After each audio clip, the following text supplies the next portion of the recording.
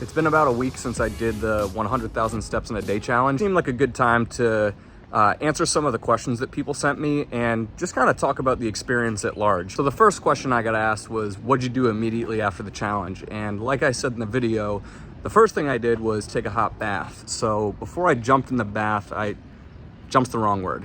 No jumping took place.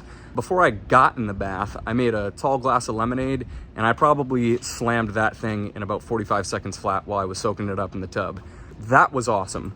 What was not awesome was after the challenge, I could only bend my knee about 5 degrees. So getting into the tub was extremely difficult. I'm gonna just reenact what getting into the tub looked like. Maybe even throw in some sound effects for good measure. Okay, got 2 benches here as my little makeshift tub.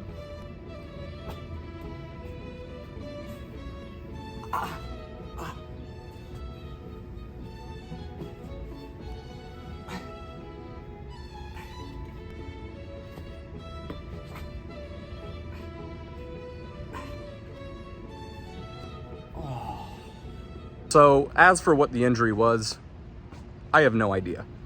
Based off my 0 years of medical experience, I really boiled it down to 3 possibilities, all with the power of Google and WebMD. Number 1, I pulled a hamstring. Number 2, meniscus issue. I have had those in the past. Number 3, it might have been my MCL ligament. The squatting I was doing earlier in the video, that was not humanly possible for me in the first 3 days, not even close. So the next question I want to address is probably the one I got asked most, and that is, what'd you eat? Truth is, not much. I started the day with 2 bananas in my backpack and a big bottle of water. I also brought a box of these kind breakfast bars. There are 2 bars in a pack and there's still 3 left. 6 came in the box, so I ate 1 banana and 3 of these. And the second banana actually ended up getting crushed in my bag and I just tossed that. Honestly, I don't really like bananas that much to begin with, and as soon as I saw it was all mushy and gross, that was just an easy decision in the garbage. Really, the bigger problem for me was getting enough liquid. So once I crushed that big bottle of water that I started the day with, I did stop at a couple convenience stores to get, water, electrolyte drinks, vitamin water, things like that. I think I stopped 2 or 3 times. And you might be thinking, well, wow, were you just not hungry? I was starving, but eating any prepared food that I didn't already bring required stopping, and stopping was the last thing that I wanted to do. This challenge was all about how quickly can I do it? Which brings me to another question. Did you lose weight? Yes, I lost 6 pounds. People ask me, did you track this on Strava or an app like that?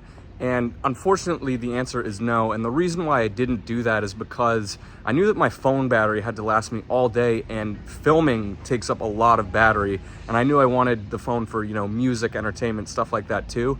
Apps like Strava, the GPS that it uses just eats up so much battery that I didn't track it. In fact, I turned off Find My Friends during the day too, and for most of the day had my plane in airplane mode. Had my phone in airplane mode. Just can't stop thinking about those planes. I love planes like brick loves lamp. But real quick, I can just show you, I'm on my roof right now.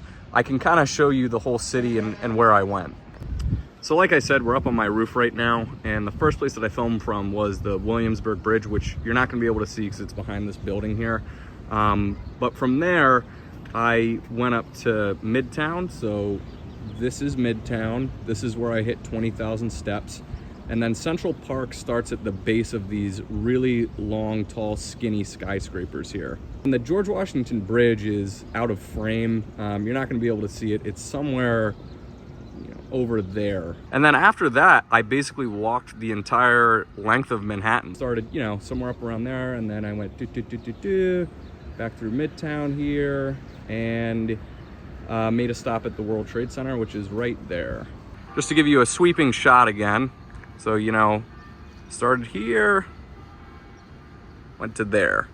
And then McCarran Park is way in the distance, somewhere behind those trees. I live about 2.5 or 3 miles from McCarran Park. And this wasn't a question, but I just want to talk about how hard those last 10,000 steps really were. I was in pain, but it was really the mental game. Mentally, I was sapped. All of those emotions that you see on my face at the end of the video are 100% authentic. I am gassed. Another thing I got asked, I know some people missed the total mile count that I put at the end of the video. So the total ended up being 48.5 miles, and I've seen other people who have done this challenge hit 50. That seems to be the norm. And I think, honestly, I would have hit 50, but my leg was so shot for the last 10,000 steps that I think my stride probably got shorter by about 6 inches to a foot. Still did all the steps, just much shorter strides at the end. For anybody watching this thinking about attempting this challenge, don't do it the way that I did it.